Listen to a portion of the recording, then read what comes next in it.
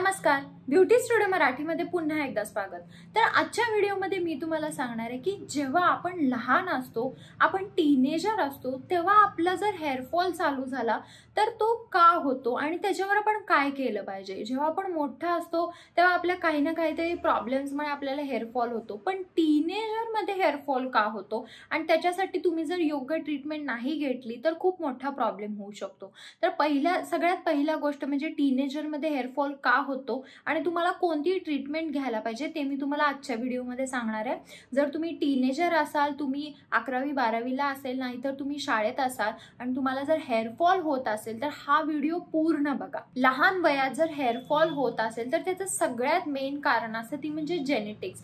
जर तुमच्या घरामध्ये कोणी आई आजी तिला जर तिच्या लहानपणामध्ये जर हा प्रॉब्लेम झाला असेल हेअर फॉलचा तर तुम्हाला पण तो होऊ शकतो। म्हणजे जशी आपली हाईट आपल्या घरच्यांवर डिपेंड असते तसं आपले केस देखील असतात। जर त्यांना काही ॲलोपेशिया किंवा कोणता दुसरा ऑटो इम्यून त्या वयात झाला असेल तर ते तुम्हाला होण्याचे चान्सेस खूप जास्त असतात। त्यामुळे तुम्हाला ह्या कंडिशनमध्ये जर तुम्हाला ॲलोपेशिया असेल, म्हणजे जर समजा तुम्हाला इथल्या एरियामध्ये केस अचानकच गायब झाले, तुम्हाला खूप जास्त टक्कल पडलं किंवा खूप जास्त प्रमाणात हेअर फॉल होतोय का समजत नाही, सगळे रेमेडीज करून झाले तरी पण हेअर फॉल थांबत नाही, तर हे तुमच्या जेनेटिक्समुळे होते, ह्यात तुमचा काहीच दोष नाही आहे। तर ह्याच्या केसमध्ये ह्या कंडिशनमध्ये तुम्हाला हेल्थ चेकअपची गरज आहे। तुम्ही कोणत्याही हेअर रेमेडीज काही ट्राय करू नका, ह्यामध्ये काहीच ते उपयोगी होणार नाहीये।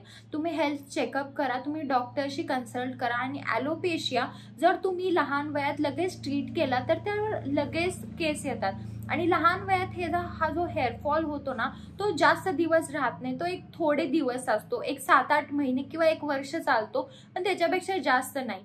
त्याच्यानंतर जर तुम्ही वेळेवर ट्रीटमेंट घेतली, प्रॉपर ट्रीटमेंट घेतली तर तुमचे केस येणार आहेत आणि तुमचे केस परत बॅक टू नॉर्मल, इव्हन आधीपेक्षा खूप जास्त हेल्दी पण होऊ शकतात। कारण मी अशा केसेस बघितलेत ज्या लहान मुली असतात आणि ज्यांना हेअर फॉल होतो आणि योग्य प्रॉपर त्यांनी ट्रीटमेंट घेतली की त्यांचे केस आधीपेक्षा खूप जास्त चांगले होतात। म्हणजे तुमच्या बॉडीमध्ये काय फॉल्ट आहे ना तो एकदा हेल्थ चेकअप तुम्ही करून घ्या, म्हणजे तुम्हाला समजेल की नक्की काय प्रॉब्लेम आहे। दुसरी गोष्ट आहे ती म्हणजे डाएट। ज्यादातर ना लहान वयात प्रॉपर न्यूट्रिशन आपण घेत नाही, आपण खूप जास्त जंक फूड खातो। जर तुम्ही नुकतंच कॉलेजला गेला असाल किंवा तुम्ही शाळेत असाल तर बरेच जणांना जंक फूड खायची खूप जास्त सवय असते आणि जर तुम्ही प्रॉपर न्यूट्रिएंट्स तुमच्या बॉडीला मिळाले नाही तर तुम्हाला माल न्यूट्रिशन होतं। म्हणजे प्रॉपर न्यूट्रिएंट्सच मिळाले नाही तर केस कुठून वाढणार आणि त्या वयामध्ये ना प्रॉपर न्यूट्रिएंट्स मिळणं खूप गरजेचं असतं। सगळे विटॅमिन्स मिनरल्स तुमच्या बॉडीला नाही मिळाले तर कुठे ना कुठेतरी ते बाहेर येतं। म्हणजे केस तर एक छोटासा प्रॉब्लेम झाला, तुम्हाला अजून जास्त कॉम्प्लिकेशन्स येतील जर तुम्ही जंक फूड बंद केलं नाही, जर तुम्ही हेल्दी खाल्लं नाही तर। नंबर 3 आहे थायरॉइड इम्बॅलन्स। तर आजकाल टीनेजरमध्ये ना थायरॉइड इम्बॅलन्स खूप कॉमन आहे।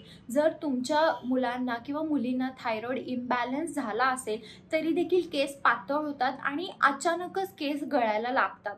त्यामुळे जर अशी कंडिशन होत असेल तर तुम्ही थायरॉइड चेक करा, थायरॉइडचं काय इम्बॅलन्स झाले का ते चेक करा। जर तुम्ही थायरॉइडवर प्रॉपर ट्रीटमेंट घेतली ना तर लगेच तुमचे केस बॅक टू नॉर्मल होणार आहेत, पण लगच्या लगेच प्रॉपर ट्रीटमेंट घ्या, हेल्थ चेकअप करा। फक्त केसांसाठी रेमेडीज तेल लावत बसू नका, ह्या केसमध्ये तेलाची नाही गरज, आपल्याला प्रॉपर ट्रीटमेंटची गरज आहे। नंबर 4 आहे PCOS म्हणजे पॉलिसिस्टिक ओव्हरी सिंड्रोम।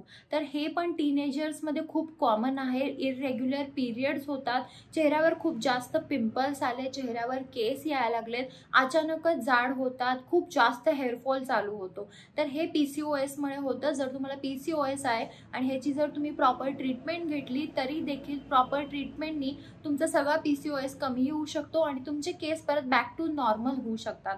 पण हा एक मेन कॉज आहे टीनेजरमध्ये, कारण आजकाल टीनेजरमध्ये ना पिरियडचा खूप जास्त प्रॉब्लेम होतो आणि PCOS PCODचा पण होतो। PCOS PCOD मुळे देखील तुमचे केस गळू शकतात, त्यामुळे तुम्ही ते देखील चेक केलं पाहिजे। नंबर 5 आहे की बरेचशा टीनेजर कसल्या तरी गोळ्या किंवा सप्लिमेंट्स घेत असतात। कोणी भूकवाढीचं घेत असतं, कोणी पिंपलसाठी घेत असतं, तर कोणी कशासाठी। पण कधी कधी असं होतं, जे काही तुम्ही सप्लिमेंट्स घेत असतात, गोळ्या औषध घेत असता, त्याच्यामुळे पण तुम्हाला हेअरफॉल होतो. पण तुम्ही बघा, जे काही तुम्ही सप्लिमेंट्स घेता, काही दुसरं काही ॲक्नेवर, पिंपलवर जे काही गोळ्या घेता, त्या अँटीबायोटिक्स एक एक टाइम खूप जास्त हार्ड असतात आणि त्याच्यामुळे आपले खूप केस गळतात. त्यामुळे जर असं काही होत असेल तर डॉक्टरांना सांगून तुम्ही लगेचच त्या अँटीबायोटिक्स कॅप्सूल तुमच्या चेंज करा आणि दुसऱ्या सूट होतात का बघा. असं नाही आहे की तुम्ही एकच वापरली पाहिजे, तुम्ही दुसऱ्या पण वापरू शकता. पण ती जर तुम्हाला सूट नाही झाली, तुमचा हेअरफॉल झाला, तुम्हाला पिंपल्स यायला लागले किंवा खूप जास्त कॉम्प्लिकेशन्स होत असेल, तर ती मेडिसिन तुम्ही लगेच चेंज करा. लास्ट आहे, टीनेजर बरेचदा हेअर ब्लिचिंग करतात, हेअरनं खूप जास्त ट्रीटमेंट वगैरे करतात. तर जर तुम्ही लहान वयात हेअर तुमच्या केसांना एवढा जास्त त्रास दिला तर ते खूप वाईट गळणार आहेत. त्यामुळे तुम्ही हेअर स्टायलिंग करू नका. तुमचं वय खूप लहान असतं. तुम्ही 18 ते 20 वर्षानंतर जे काय करायचं आहे ते करा. पण straightener, hair bleaching, hair colouring हे काहीही करू नका. जर तुम्ही हे केलं तरी देखील तुमचे केस खूप जास्त प्रमाणात गळणार आहेत. जर तुम्ही टीनेजर असाल तर ह्या गोष्टी सगळ्या चेक करा.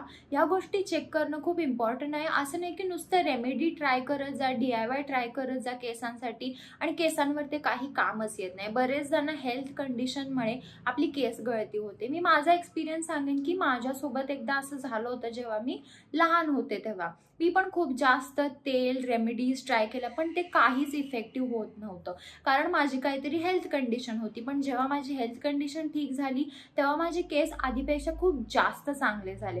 मी अजून असे खूप जास्त केसेस आणि एक्सपिरियन्स बघितल्या लोकांचा की आधी ना ज्यांना ॲलोपेशिया पण झालाय त्यांचे केस आता जर बघितले तर वाटणारच नाही की ह्यांना आधी लहान असताना ॲलोपेशिया झाला. त्यामुळे ह्या ज्या हेल्थ कंडिशन आहेत त्यांना प्रॉपर ट्रीटमेंटची गरज आहे. आपण फक्त तेल लावून, हेअर मास्क लावून ह्या गोष्टी सॉल्व्ह होत नाही. सर्टन पॉईंटपर्यंत आपण ह्या गोष्टी ट्राय करू शकतो. नाहीतर तुम्ही डॉक्टरना कन्सल्ट करा, तुम्ही सप्लिमेंट्स घ्या. तुमच्या हेल्थमध्ये नक्की काय प्रॉब्लेम आहे तो तुम्हाला मिळाला पाहिजे, कारण शक्यतो लहान वयात खूप जास्त हेअरफॉल होत नाही. हेअरफॉल कधी होतो, नंतर 20 वर्षांनंतर नॉर्मल होऊ शकतो. पण जर लहान वयात हेअरफॉल होत असेल तर नक्कीच तुमच्या हेल्थमध्ये काहीतरी प्रॉब्लेम असेल. त्यामुळे तुम्ही डॉक्टरशी लवकरात लवकर कन्सल्ट करा.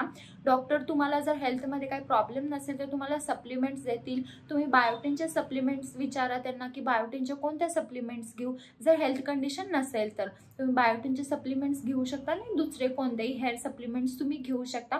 डॉक्टरना कन्सल्ट केल्याशिवाय काहीही करू नका. आणि राहिला प्रश्न तुमच्या केसांच्या काळजीबद्दल, तर तुम्ही चांगलं खा, हेल्दी न्यूट्रिएंट्स खा, प्रॉपर डाएट फॉलो करा. खूप जास्त ऑइली किंवा बाहेरचं काही खाऊ नका, कारण टीनेजरना खूप सवय असते खूप जास्त जंक खायची, हेल्दी राहायची अजिबात सवय नसती. त्यामुळे हेल्दी राहा, प्रॉपर तुम्ही केसांना तेल लावा. टीनेजर्स तेल लावत नाही, त्यामुळे प्रॉपर तेल लावा, शॅम्पू व्यवस्थित करा, केसांना कोणतीही ट्रीटमेंट करू नका, केमिकल्सपासून दूर राहा. तर ह्या जर गोष्टी तुम्ही केल्या तर तुमच्या केसांना काहीच प्रॉब्लेम येणार नाही. तुम्ही जर रोज थोडंसं प्रोटीन खाल्लं तरी चांगलं, म्हणजे तुम्ही अंडी, बदाम असं काही खाऊ शकता प्रोटीनसाठी, आणि तेवढंसं तुम्हाला पुरेसं आहे, कारण टीनेजरला खूप जास्त रेमेडीजची गरज नाही आहे.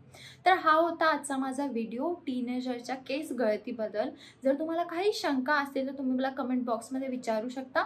आणि जर व्हिडिओ आवडला असेल तर व्हिडिओला लाईक करा, शेअर करा आणि चॅनलला सबस्क्राईब करायला विसरू नका. चला तर मग आपण लवकरच भेटूया एका नवीन व्हिडिओमध्ये. तोपर्यंत काळजी घ्या. बाय.